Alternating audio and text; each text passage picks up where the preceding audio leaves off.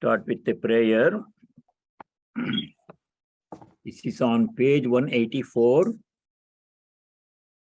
of the book, The Universal Prayers. Second one on that page, 184. From Shankaracharya's Shivananda Lahari.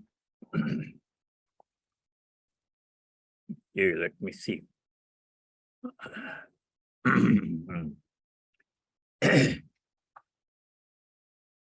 Om Tvatpadambaja murchayami paramam Svam chintayam yanvaham Swamisham sharanam rajami vachasa Swameva yache vibho Viksham me dishu chakshushim sakarunam Divyaischiram prarthitam Shambho loka guru madiyya manasah Saukhyopadesham kuru. O beneficent scepter of the universe, I offer worship to your lotus feet and contemplate daily on your supreme self. I surrender myself unto you and with my words supplicate you. Pray, vouchsafe unto me a gracious glance long sought after even by the gods, and please instruct me in the methods of attaining tranquility of mind.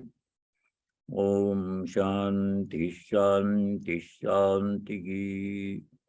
Om peace. May there be peace in our hearts. Adhyatmika Shanti. May there be peace and harmony amongst all beings. Adi Bhautika Shanti. And may there be peace everywhere in nature. Adi Deivika Shanti. Okay, let us continue.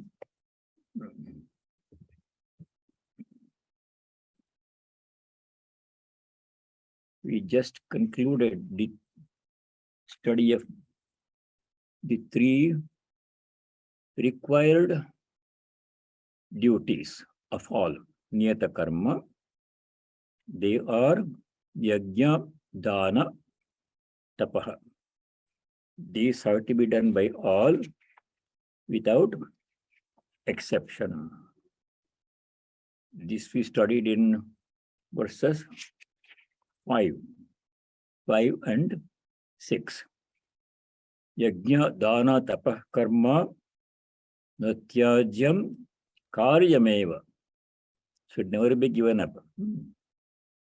Yajno, Danam, Tapaschaiva, Pavanani, Manishinam, they purify the mind. Purification of mind, making the mind free from all selfishness, narrow-mindedness, anger, jealousy, lust, and greed is very important step in spiritual life. Even these activities have to be done without attachment to the activities themselves or to the results therefrom. That was in verse number 6. Etanyapita karmani sangam tyaktva phalani cha. Sangam tyaktva comes many times, giving up attachment to karma, karma phala. That's how we have to do all our actions. So after that, Swamiji, which Maushi wants to know which chapter we are reading? Chapter 18. We just finished. We are going to verse number 10. 10 we finished. 10th verse we did last time. Okay, now it's 11. Okay. Thank you. 10th verse in chapter 18. It means whatever duty is required of us, we have to do those duties, keeping aside our likes and dislikes. Very important verse. Commenting on this verse, Shankara says, This verse teaches the purpose served by Karma Yoga. The purpose of practicing Karma Yoga is to overcome all dualities, likes and dislikes, and too much exaltation in success, or sadness or bitterness in failure, remaining equanimous under all circumstances. All those things will come by practicing all our activities as yajna, as offering, as service, as worship. So the 10th verse is a very important verse. There Bhagavan says, Nadveshti akushalam karma kushale nanushajjate tyagi sattvasamavishto medhavi chinna samshaya. Akushalam karma means unpleasant duties. Everything we do is not always pleasant or agreeable, but they have to be done.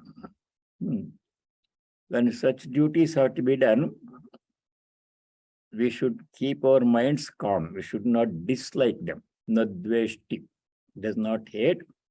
Akushalam karma, unpleasant duties. Kushale, if the work is pleasant, agreeable, brings rewards, visibility, then we should not become attached to that kind of work. So we have to do all required duties. Niyata karma. So that we saw before. Now, verse number 11, also we did last time.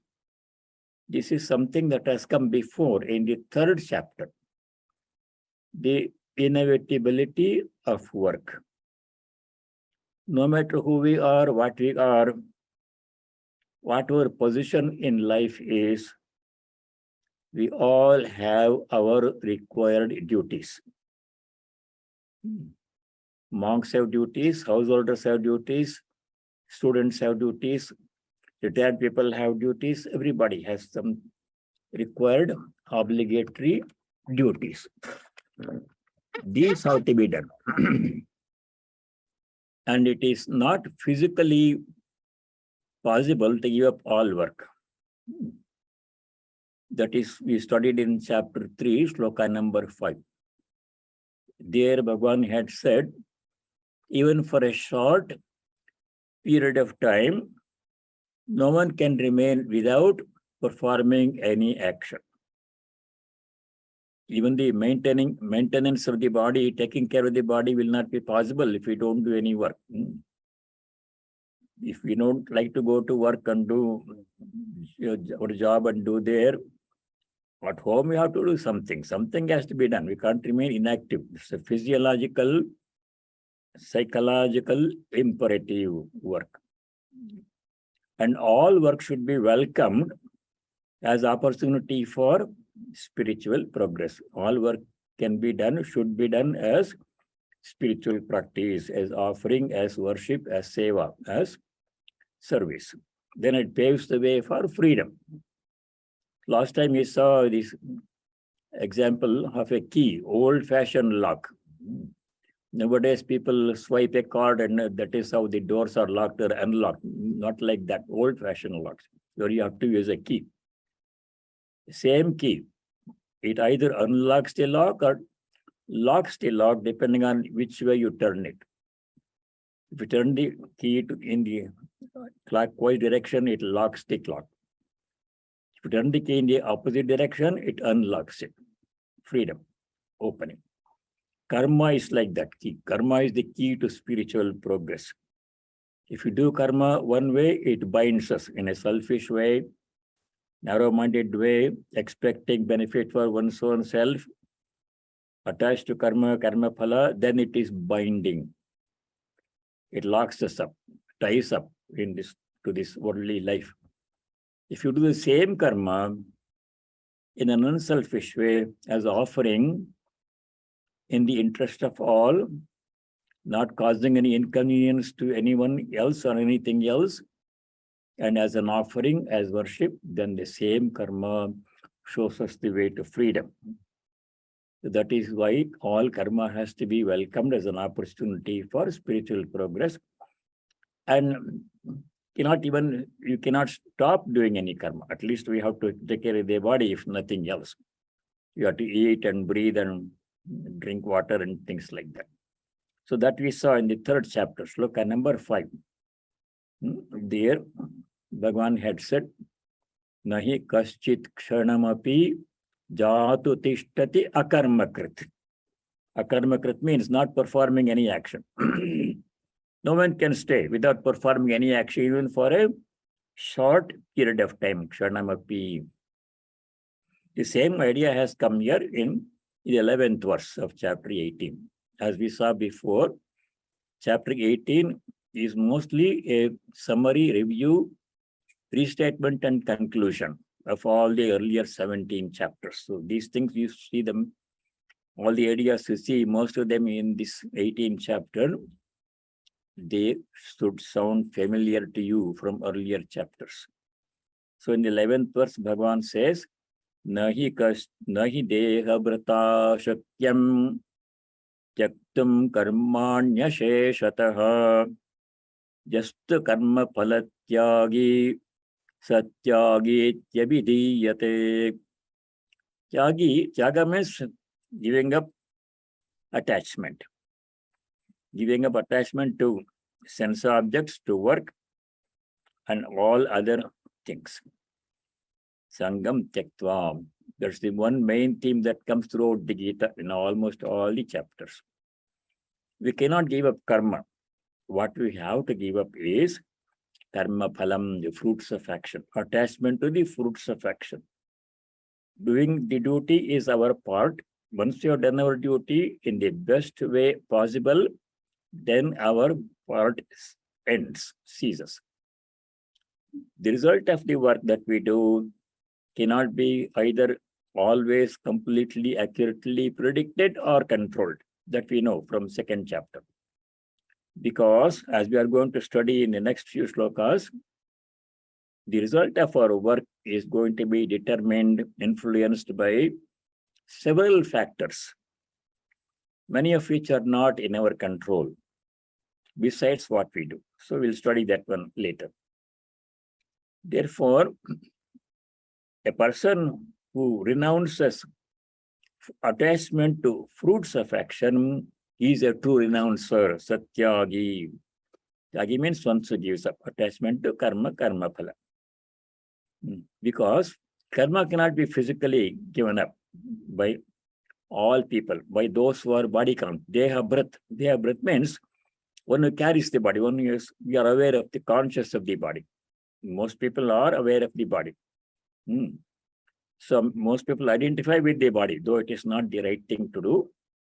But that is the common error, we can say. Ignorance of our true divine nature, identifying with the body. That being the case, we have the notion of being the doers, agents of action. If I am the doer, then the result will come to me, but I have to remain unattached. At the same time, I have to do my duties, required duties, as karma yoga, as offering, as worship, That person who gives up attachment to karma phala, he is a true renouncer. Not one who gives up karma. Karma cannot be given up, should not be given up. So that is what we saw in the 3rd chapter. It has come here for review and emphasis. Karma should not be given up. What should be given up is attachment to karma phala, karma and karma phala. What should be given up is attachment to our actions and the results of our action. Whatever comes, we should accept it with equanimity. Success or failure, gain or loss, praise or blame, whatever comes, we should accept it with equanimity. The question arises here. If I am the doer of action, then why should I not be able to control the fruits of my action? That is going to be answered in the next few slokas. Before that, we will study one important point in verse number 12. We'll do verse number 12 now.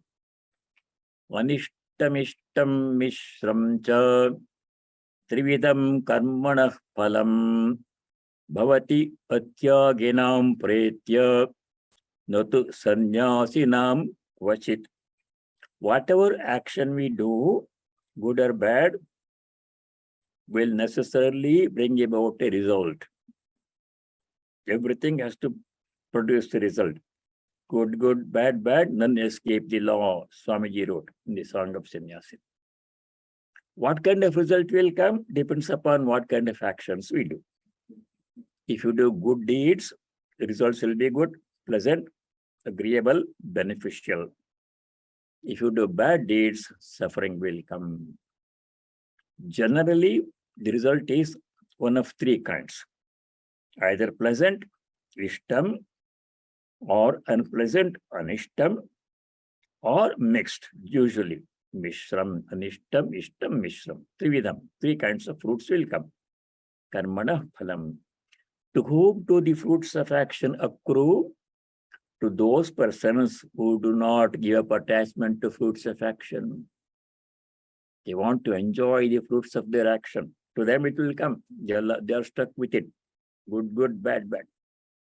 But for those who renounce mentally, not physically, Chetasa Sarvakarmani will come in the later verse in this chapter. Mentally giving up attachment to karma phala, for those people, the result will not affect them. The result will come, but will not affect them. They remain unaffected. That is the way to practice detachment. Giving attachment to karma phala. Not giving up karma, cannot be given up.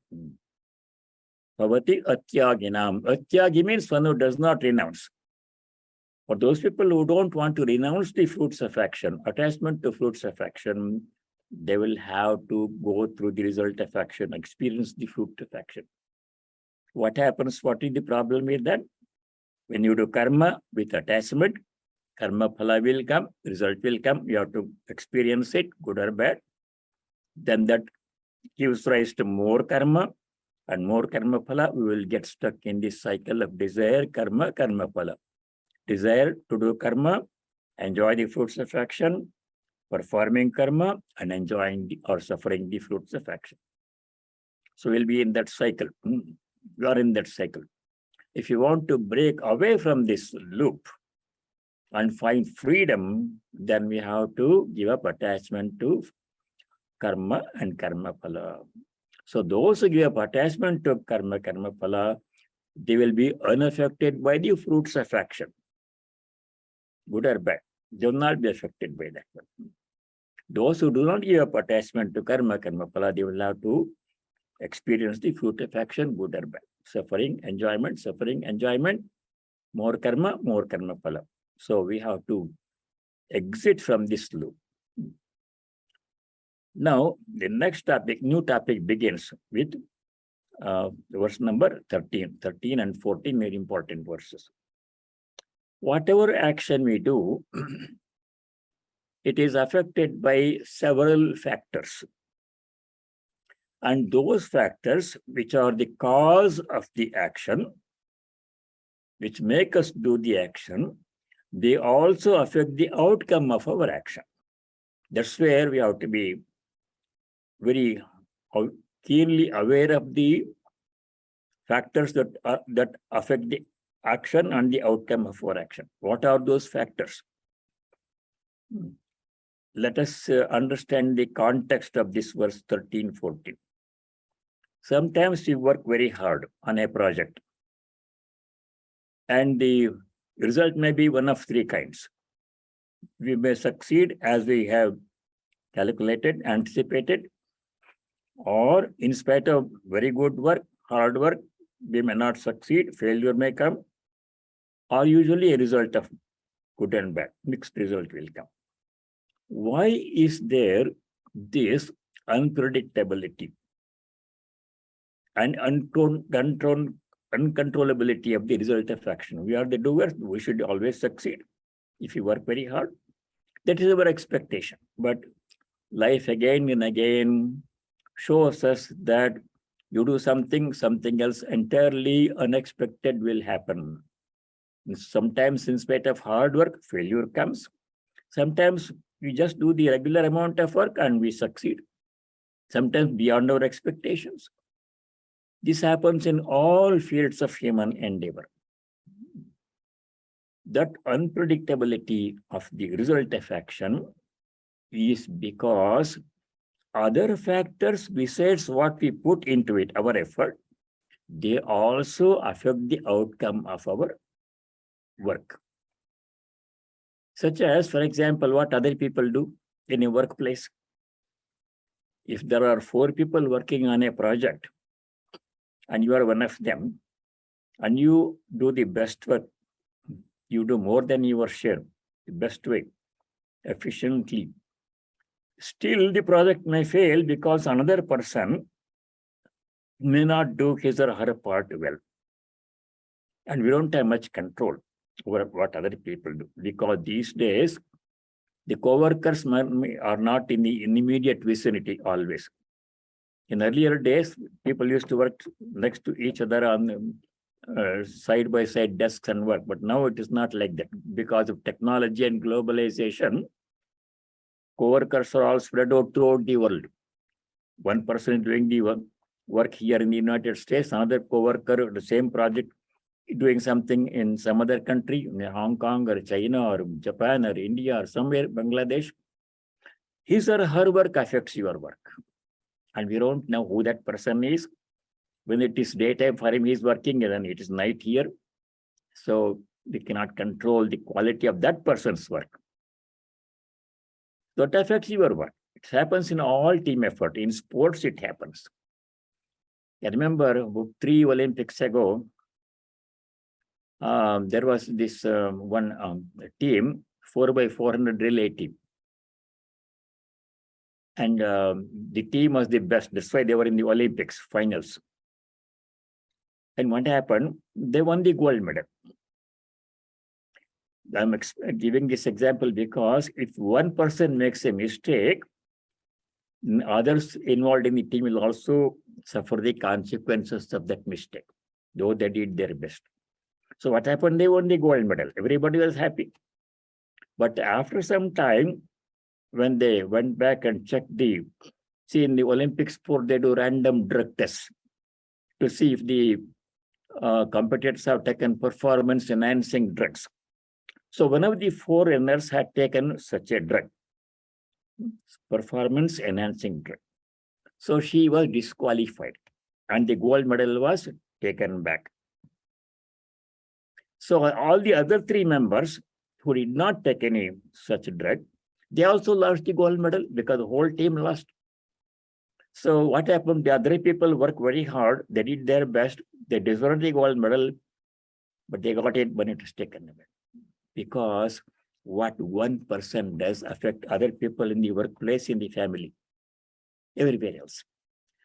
That is why our result of our work is not always in our control. We cannot control, we cannot predict. That is one factor, what other people do. The other factors like that one.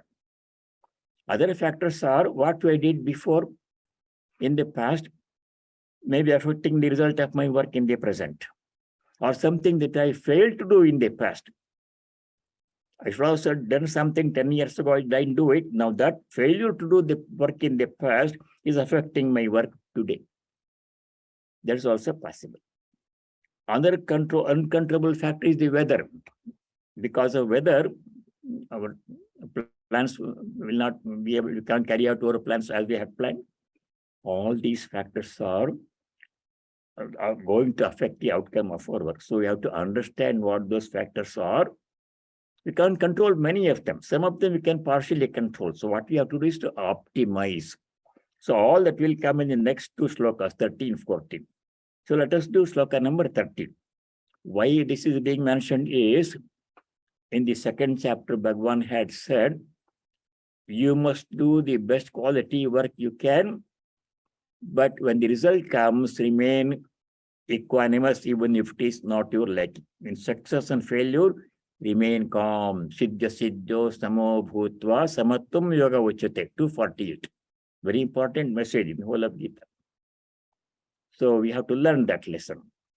I do the work, but I am not completely in control of the outcome of my work. Therefore, I must do the best I can. There my responsibility, my duty ends. And whatever result comes, I should accept it calmly without being disturbed and perturbed if the result is not satisfactory to my expectations, or without being too much exalted if we succeed. Equanimity in success and failure. That's the key. So let us do verse number 13. Panchaitani mahabaho karanani nibodha me sankhye kritante proktani siddhaye sarva karmanam. Panchaetani mahabaho Arjuna. 5 factors are there. Pancha means 5. Etani karanani. Karana means the cause. Something that causes something else to happen. Karana means instrument. Very similar sounding words, but very different words. Karana also will come in the next verse. Karana means instrument that we use in doing some work. Karana means cause. One of the causes. So 5 causes are there for anything that we do. Anything that we do. 5 things are there which make it happen. What are they? Oh, these are going to be described in the next verse. He says here, verse number 13, Sankhye Kritante Proktani. In the science of Vedanta, Sankhye Kritante. The word Kritanta means end of activities. Anta means end. Krita means work done. When all the work ends, that means when we realize our true nature as the divine being, not as body and the mind. As long as we think we are the body and the mind, work will be there. Inevitable, that you have seen before. When we realize our true nature, we are not the body mind, we are the Atman, then there is no work. All work ceases upon dawn of self-knowledge, because Atman is pure consciousness, no work. No karma, no karma phala. Until then, as long as we have body consciousness, we have work to do. As long as we have work to do, we have to understand that result is not in our control. Otherwise, we'll become too much upset if it is not to our liking. And if it is successful, then we become too proud, exalted, celebrate. That's not good. So to maintain equanimity in the outcome of work, these 5 factors have to be understood. Panchaitani mahabaho karanani nibodhame. Learn from me, Bhagavan is saying. Siddhaye sarva karmanam. Second line of verse 30. For the success of any work, sarva karmanam, if you want to do some work and get some result out of it, then these 5 factors have to be kept in mind that affect the quality of our work, the outcome of our work. What are those 5 factors? You are aware generally of only 1 or 2. They are listed in this next verse, verse number 14.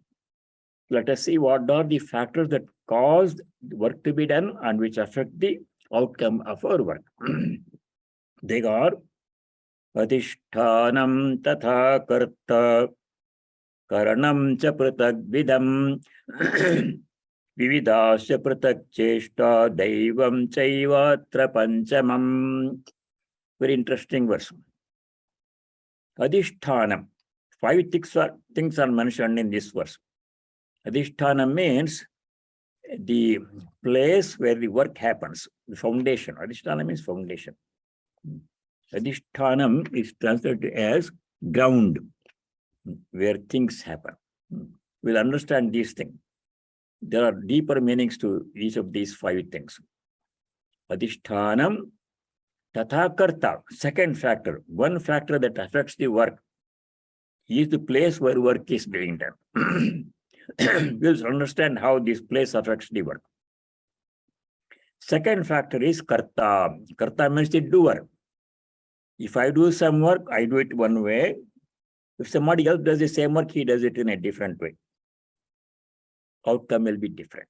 So the doer matters in shaping the outcome of the work. The place where the work is being done, environment, and the doer. Second. Third one is karanam karta karanam cha pratak vidam.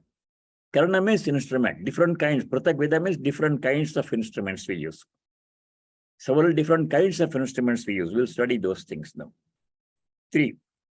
Environment or place, doer, and the instruments. 3 factors. They all affect the outcome of the work. They are necessary for doing the work. Fourth one is vividasya pratak cheshta. Cheshta means activity or effort. What we put in, actually what we do. If I do work, I put in certain amount of work at a certain time in this way. Intensity is different, quality is different of my work. Somebody does the same work, those factors are different. Then fourth one, effort. Environment, doer, person who does the work, instruments, and the effort that we put in. Fifth one is factor X, unknown factor. Daivam chaivatra panchamam. That is the most interesting factor. Daivam means divine, superhuman, not under human control, not under our control. Daivam. Daivam is translated in different ways by different commentators. Daivam here means the fifth, supernatural, he says in this translation. Supernatural factors such as weather that affects the work. You can control the weather. Or climatic changes, forest fires, earthquake, lightning, floods, or not enough water, drought. All these natural factors also affect the quality of our work. Farmers are affected by rain. Too much rain, crop will be washed away. All the hard work the farmer did will be of no avail. Too little rain or not in at the right time, then crop will not grow properly. So all these factors beyond our control, they also affect the quality of our work, the result of our work. So let us examine the 5 factors in detail. First one, adhishthanam. Adhisthana means the ground, environment where work happens. Generally, it is translated as the body. All work happens in the body. Body includes mind, subtle body. Gross body, subtle body. That's where all work happens. Most of the work starts in the mind as a thought, as an idea, and then the sense organs come into play, sense objects come into play, then action happens. So that we studied in the 5th chapter. Action happens as the result of interaction between one or more sense organs. The mind also is also a sense organ, and one or more sense objects. Indriyani, indriyartheshu vartante. Chapter 5, verse number 9, second line. Indriyani, indriyartheshu vartante. Indriyani means sense organs, one or more. Our eyes, ears, hands, legs, feet. All these are sense organs. Mind is also a sense organ. These sense organs are involved in any action. If you're not doing anything physically, I'm simply sitting, closing my eyes. People think I'm not doing anything, but my mind is active. I'm thinking. So mind is a sense organ that is engaged in action. Body is relatively at rest. Or I will say you work with my hands and work with my feet and speak. These are all actions. So all these body, mind, environment where action happens. This is an important factor. If the body-mind complex is not in good shape, work will not be of good quality. If a weak person or sick person does some work, you can't expect 100% efficiency. Very strong, well-built person works the work, does the same work, result may be expected to be good. Body affects the work. That is one factor. Now, environment does not end there. This body functions in a local environment. in the office where you work, in your office cubicle, in your office room, or in a hospital, or in a school, or some other place of work, business, work happens. That's also environment. The environment prevailing in that place of work affects the quality of the work. And the country where this work happens is also the larger environment. For example, if you want to start a new company, startup company in the United States, and you know how to proceed, you have to take certain government permits, apply for permits and all those places, acquire the property and everything. Procedure is well set, well known. You can go through it, start the business. If the same business had to be started in some other country like Afghanistan or India or some other place, procedures are different. Maybe more obstacles are there. Everything difficult to get anything done in those countries. Because the environment prevailing in those countries is quite different from the environment prevailing in this country. So the place where the work is being done also affects the quality of the work. And the place is a necessary part, so it has to happen someplace. So that affects the work. So that is one environment, means how many environments they are working in. Several environments we are working in at the same time, body environment, mind environment. If the mind is not calm, then my work will not be good. There's environment where the thought happens, and the body and the place, workplace, kitchen where you are working, or office room, or home office, or your corporate office, or school, or wherever you are working, that environment affects the quality of the work. So on this country where you work, all of these things affect the work. And how much control do we have over these things? Not much. Body mind you can control to some extent. You can become an efficient worker. Keep the body mind in good condition. That is, much of it can be done by self-effort. But office environment I can control. Who are the co-workers who determine the environment? We don't hire the co-workers, the company hires the co-workers. So what kind of work they do, what kind of background they have, we have no control. In the country in which we work, we are supposed to work in the country. So we have no control, much control over the environment. Some control we have. I can change the office room, or I can change my place of work to some extent. So that affects the work, environment. So that is one. Adhishthanam. Second factor is karta. Karta means the doer. There we have some control. I am the doer, or at least I think I am the doer, referring to the body mind. But all actions are at the body mind only, not at the Atman level. That will come later. So body mind is not fully under my control. If I have some body problem, health problem, then that affects my work. If some disturbance in my mind, somebody goes to work, to the workplace in the morning, but before leaving, he had an argument at home with his spouse, then that carries to the work environment. That day, the work will not happen properly because mind is disturbed. So all this karta, doer, I'm the doer, but I don't have much control over my own personality. To some extent, I have. I can change my personality, become a better worker, learn more, become an efficient worker. I can do to some extent, but I am what I am. I cannot totally change my personality and become a superhuman being. I can only lift 10 pounds. Somebody can lift 100 pounds. I can't become that person. The limitations are there in the karta. Educational qualifications, experience, all those matters count. They all affect the work. There we have some control, karta. I can be a better worker. Adhishthanam tata karta. Third factor is karanancha pratagvidam. Karana means instrument. We use different kinds of instruments. Mind is the first instrument.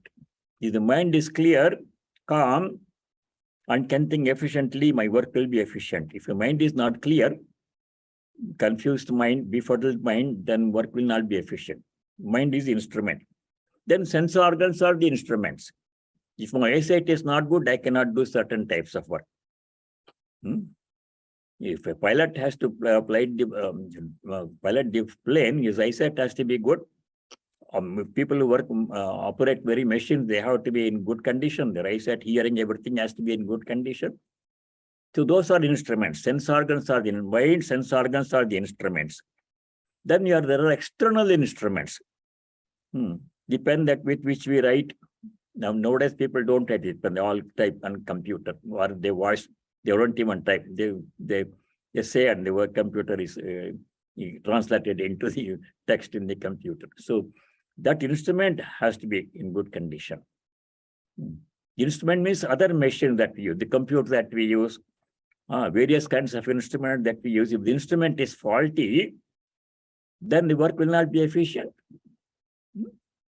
See, in the very delicate instruments are there. A couple of years ago, the hospital, Ramakrishna Mission Hospital in Calcutta, Siva Pratishthan, they wanted a mammogram machine, very important diagnostic tool. So that mammogram machine is a highly sophisticated machine done somewhere in Europe, Germany or someplace. And the maintenance has to be done by the factory trained maintenance workers, very delicate instrument. If that is not properly tuned, then the result will not be accurate. So instrument have to be accurate. There's some fault in the instrument, design fault or operational fault, maintenance fault, then it will not work. Those instruments have to be in good condition. They affect the work, quality of the work. So like this, many instruments we use. Karanam, they have to be in good condition. The quality of the instruments affects the quality of our work, outcome of our work. How much control we have? To some extent, we have control. But not 100%. Fourth factor is Vividasya Pratak Cheshta. Here we have more control. Cheshta means effort, activity that we do. I can choose the best methodology that I know to accomplish certain work. That area I have some freedom, but not full freedom. Because the employment workplace can have some restrictions. The workplace policy limits what instrument you can use, how much time you can spend on a project. I give an example. A friend of mine, a physician, had a solo practice for many years. Solo practice means he runs the office, he hires the people that do the billing and office work, everything. He sees the patients. Then he can spend as much time as he wants on a patient. If he wants to spend more time on a patient, he can do that one. He can prescribe any medicine that he wants, any test that he wants, lab test he wants. Then he became too difficult to do the solo office, so he joined a group. 70 physicians were there in the group. Once you join a group, the group has its own policies, limitation. They said you have to see these many patients minimum every day. That means the time you can allot to a patient is limited. You can't spend all the time you want with one patient because other people are waiting. And you can only prescribe this kind of test. You can't prescribe that kind of test. Company policy, your hands are tied. So these are all limiting factors. Cheshta, effort, is also limited. Sometimes you have full freedom. If your own business, you can do whatever you want. But if if you're working for somebody or in a family or a group of any kind, then don't have usually full control on how much work you can do, what kind of quality work you can do, affected by other factors. Vividasya Pratak Cheshta. 4 factors we have seen. Adhishtanam, environment, body and larger environment. Karta, the doer, the agent who does the action. Then Karanam, instruments, different kinds of instruments. And Cheshta, effort that we do. Over these 4 factors, we have some control, but not full control. Now, what about the 5th one? 5th one is said, Daivam Chaiva Trapanchamam. Daivam means something beyond our control, superhuman, it says. Many commentators interpret Daivam as the result of past actions. What I did earlier in this life or failed to do affects my work now. And what I did in the previous life, good or bad, that's affecting my activity now. The karma. No one can escape prarabdha karma. You studied that one before. So how much control we have over the past actions? Nothing. I can't go back into the past and change the action that I did. I did something wrong 10 years ago. I can go back 10 years back in time and change that and make it do it right. That was once done is that. That is affecting my work now. No control. So daiva means the effect of past action. Prarabdha karma, you can say.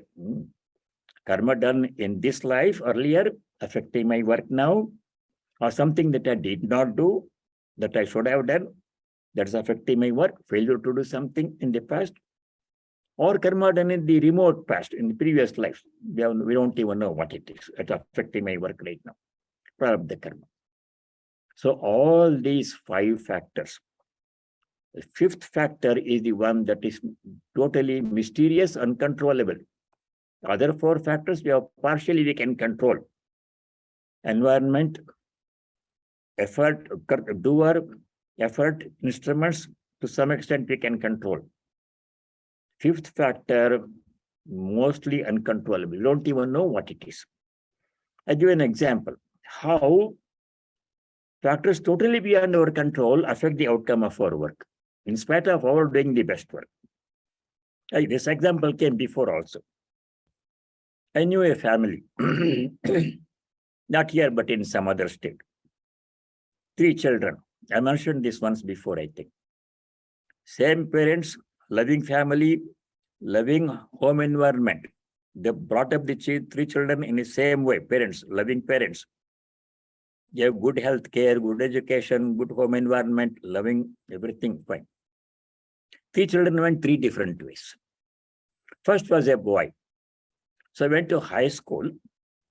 And in high school, he fell into bad ways, bad company, started taking drugs. For some time, they did not even know that that was the problem. His grades kept falling and he was irregular, didn't come home at the right time, didn't do well. Then they found out he was taking drugs. So they put him in the rehab, 5 weeks, 6 weeks, very expensive rehab. After he came back from rehab, he was sober for some time. Then again, he started taking drugs. Most of the people who come from rehab, they go back to the habit again. They're sober for some time, then they start the so habit is so strong. Several times this happened. School, he lost some semesters. Grades didn't do well. Finally, he stopped coming home. What can you do? Teenager boy. Then we didn't know where he was at night, what he was doing, where he was staying. Parents were unable to know about him. So at one time, or one night at 2 o'clock in the morning, the parents got a phone call from the police precinct's office. Please come and identify your child died of drug overdose. What can you do? 2 other children, perfectly normal, successful, intelligent, hardworking, did well in school and got doing well. So in this example, how much control did the parents have in shaping the life of that boy? They did their best. They gave the same effort as they gave to all other 2 children. Other 2 succeeded. Because some factor or factors which were beyond their control affected the outcome of their upbringing. The child didn't do well. What are the factors? The boy's previous karma, the school environment. So what can you do?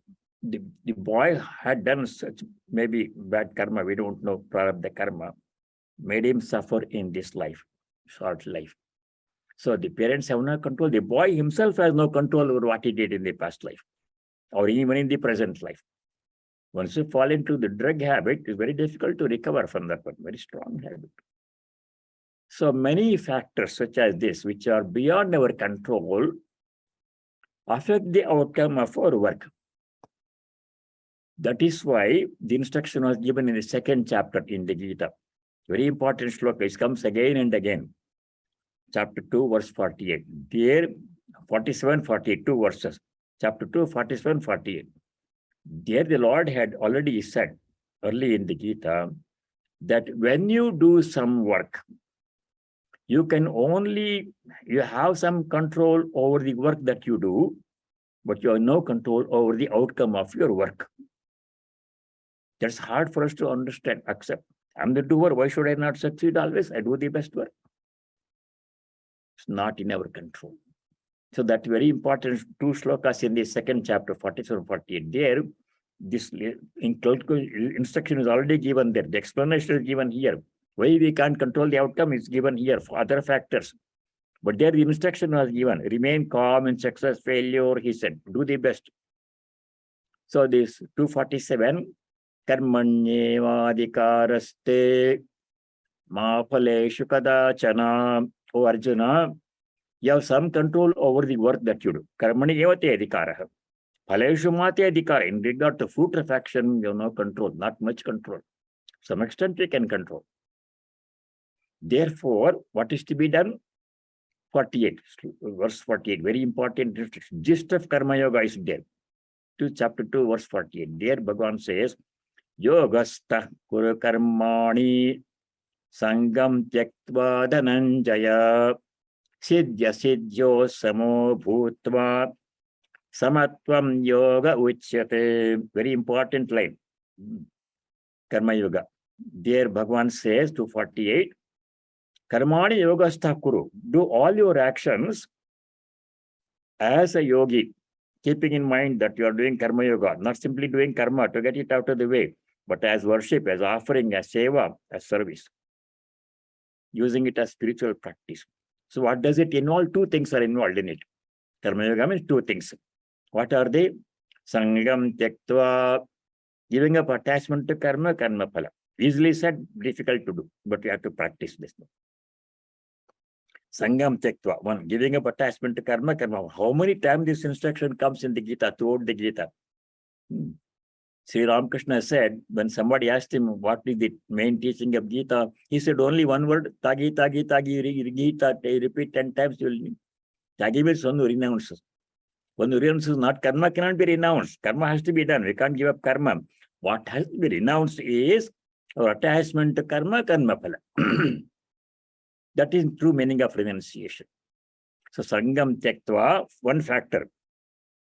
Second factor, which is very important, is Siddhya Siddhyo Samo Bhutva. Siddhi means success. Sometimes we do some work, we succeed. Sometimes succeed beyond our expectation. That also happens. We are surprised how this good result has come. This happens in business. In a business deal, a person expects to make $1,000 profit. He ends up making $1,500 profit, beyond what expected. Good luck. Lucked out. He doesn't complain. But if he does not make the profit he expected, if he loses some money, then problem comes. I thought I will make $1,000, but I actually lost beyond $100. I had to spend from my pocket. So this also happens. In every field of human endeavor, there is always this factor of uncontrollability, unpredictability of the outcome of our work. Therefore, the solution is to do the best and accept the outcome calmly, whether it is success or failure. Siddhya siddhyo samo bhutva. And the gist of Karma Yoga is, in one phrase, the last part of the first sloka 48, verse 48 in chapter 2. Samatvam yoga uchyate. Equanimity. Samatvam means equanimity under all circumstances. This is one message of Gita that we have to understand and try to put into practice. Remaining calm, unperturbed under all circumstances. Success, failure, praise or blame, gain or loss, profit or loss, happiness or unhappiness, suffering or enjoyment. Under all circumstances, whatever life throws at us, we have to learn to remain calm and unaffected. We have to learn. It's difficult, but life provides opportunities every day for us to practice this equanimity. Life is a school, learning opportunity. So that is the lesson. The 5 factors that affect our work. And we don't have much control over most of them. Whatever we can control, we should optimize. And then whatever we do the best, and then whatever outcome comes, accept it with equanimity. Praise or blame, gain or loss. Many places in the Gita it comes. For example, verse 38 in chapter 2. Verse 38 in chapter 2. There Bhagavan had said, all these things came earlier, the repetition here. Sukha dukhe same kritva labha alabhau jaya jayau tato yuddhaya yujjasva naivam papamavapsasi. Sukha dukkha, happiness and happiness. Labha alabha. Labha means gain, profit. Alabha means loss. Jaya means success. Ajaya means failure. These things happen. We don't know which happens when. We can't control. We can't predict always accurately. Whatever happens, good or bad, success, failure, praise or blame, gain or loss, you do your best and remain calm. Same kritva, treating everything equally and taking everything in stride. Not being too much upset if something unpleasant happens, and not being too much exalted and proud if something good happens. Do the best and leave the rest. So this instruction comes in many places in the Gita. In general, there is one more. There's several places. I like to point out one more place where this comes. So there, chapter 5, verse number 20. There, Bhagavan, in general terms, not only in work, in any situation, in any environment, field of life, we have to remain calm. There he says, 5:20, na prakrishyet priyam prapya no dvijet prapya cha priyam sthira buddhirasam modo brahmavid brahmani sthitaha. Very important verse. Priyam prapya na prakrishyet. Priyam means pleasant, agreeable, something good that I like happens. Prapya na prakrishyet. We should not become too much exalted and start celebrating and become proud. I succeeded. I did this one. Next moment, things may change. We don't know. So take it, be calm in success. And people want to celebrate, they go overboard. If you can see in sports, when their team wins, so they celebrate out of control. In some soccer teams or some other football team, when their team wins, the fans become so happy. And they celebrate in Rajasic, Tamasic way. They get drunk and throw stones and out and cards and do all kinds of things. If the team loses, they become so angry and then they beat up the people, the players and the umpire. No, remain calm. See, naprakrishit priyam prapya. Apriyam prapya navadvijat. If something unpleasant happens, failure comes, loss comes, blame comes, criticism comes, then na udvijay, don't become perturbed. Take it everything in calmly. This too shall pass. Sthira buddhi, person of firm mind, firmness of mind. Such a person can be happy.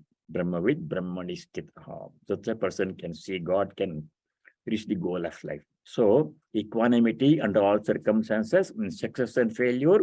Why? Because the factors that affect the outcome of our work are not all under our control. We have to do the best and leave the rest. That is the conclusion instruction we have to take home from verse number 40. Adhishthanam tatha karta karanam cha pratak vidham yuvidasya pratak cheshta daivam chaivatra panchamam. Daivam, uncontrollable factor X. We don't even know what it is affecting our work. Something event happening somewhere in some other remote part of the world is affecting our life here. See, war is going on somewhere in Ukraine, Russia, although people or families are suffering here in this country, thousands of miles away. What happens? We can't control. Remote things that we don't know are affecting our life in good and bad ways, both ways. So, to remain equanimous. So let us stop here. We shall continue with verse number 15 next time. I shall say the closing prayer. Om sarve bhavantu sukhinah, sarve santu niramayaha, Sarve Bhadrani Pashyantu Ma Kaschid Dukkha Bhag Bhavet. Om Shanti Shanti Shanti. Om, may all be happy. May all be free from ill health and other problems, sufferings in life. May all realize and practice what is noble, dharmic and auspicious. May no one be subject to any kind of misery. Om peace. May there be peace and joy in our hearts. Adhyatmika Shanti. May there be peace and harmony amongst all beings. Adi Bhautika Shanti. No animosity, no hatred, no ill will. May there be peace everywhere in nature. No suffering due to natural calamities. Adi Daivika Shanti. Hari Om Tat Sat. Sarvam Sri Ramakrishna Arpanamastu. All of you stay well. And God willing, we shall see you next week. Very good. Thank you, Swamiji. Thank you. Pranam Swamiji. Namaskar. Usha ji, namaskar. Vinod ji, namaskar. Thank you, Swamiji. Thank you, Swamiji. Thank you, Swamiji. Very nice. Thank you, Swamiji. Pranam Swamiji. Meeting करा तुम्ही meeting कर मी पण चालू केलं ना. Very good. Swami Chaganji is visiting us this weekend. Swami Chaganji from Boston is visiting us. He will give a he will do a satsang tomorrow night, tonight, Saturday night. Okay. And then he will give a Sunday talk and answer questions tomorrow, 11 o'clock and 4 p.m. There will be a music concert, sitar concert tomorrow night. So if you are local here, if you can come, you come. Otherwise, you can watch all these things from home. It will all be that will be on YouTube. Very Swamiji, I was wondering, can we do? Let me just turn this off here. Margaret, good to see you. Yeah, Swamiji, can we be co-creators with God? God is the creator. Can we be co-creators with God? Is the volume up? Can you hear me? Can we be co-creators? Co-creators. With God. Can like we are his instruments. So can we be co-creators with God? Co-creators. I read that somewhere. Yeah, we create our own life. Everybody, we are what we have done. So we are creators of our own life. We create our own world in which we live. Yeah, In that but sense, that's okay. Short free will. Our destiny is written, but we only have a 10-foot free will, like like Sri Ramakrishna Paramhans said. Yeah, we have a sense of free will to a limited extent. Yes. Jnanis and people who have pure devotion, they have no free will. Everything is God's will. They don't have individual ego. Whatever God does, Jnanis have no concern about what happens. They are Atman. But ordinary people like us, we seem to have some free will, but not unlimited. We can do certain things up to some point, but then beyond that, we cannot go. For example, I cannot become an NBA player now, no matter how hard I try. I cannot climb the Himalayan Mount Everest now. Not possible. But I can go from my living room to bedroom and dining room. They can move about in this limited area, like that one. So Sri Ramakrishna explains the limited free will with an example. Imagine that there is a cow tied to a post with a 10-foot long rope. Oh, yeah. So in that 10-foot radius circle, the cow has full freedom.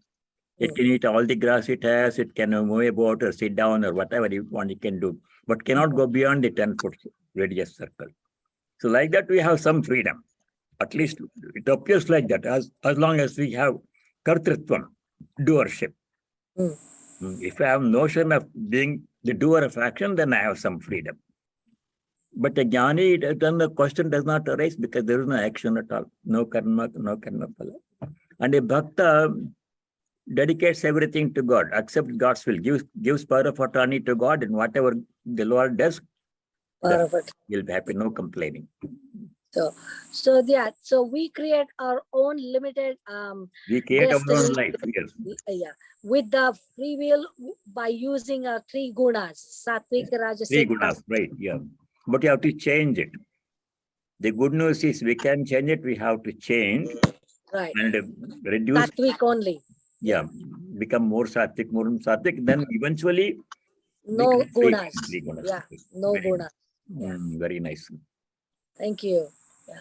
See, another thing I was thinking about, Swamiji, is that I have a great resistance to accepting Jivan Mukta, because Jivan Muktas are jnanis who are Jivan Muktas, but they it's not really true Mukta, because they're still slave to the needs of the body, right?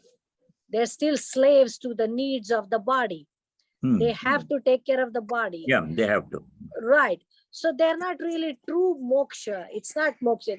For me, the true moksha is when we go to God and we leave this body and go to God. That's true Then moksha. no question of body taking care.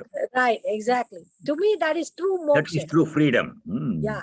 As long as you have body consciousness, then some limitation will be there, some work and all those things will come. Well, not body conscious, but just jnanis, they're not body conscious, but they live in a body, they embodied bodies, therefore they have to take care of the body. Not like Totapuri. I don't want this body, he wanted to drown the body. And then he realized he couldn't, so he had to get mother's help, Durga Ma's help. I realized. Yes. Embodiment itself is bondage. Right. Exactly. That's why we want to become free from cycle of birth and death. No birth, no death, no body, no problem. That's right. Nobody, no problem. That's the true moksha, Swami. But that's too difficult. Okay, very good. Thank you. All of you, very well. Right.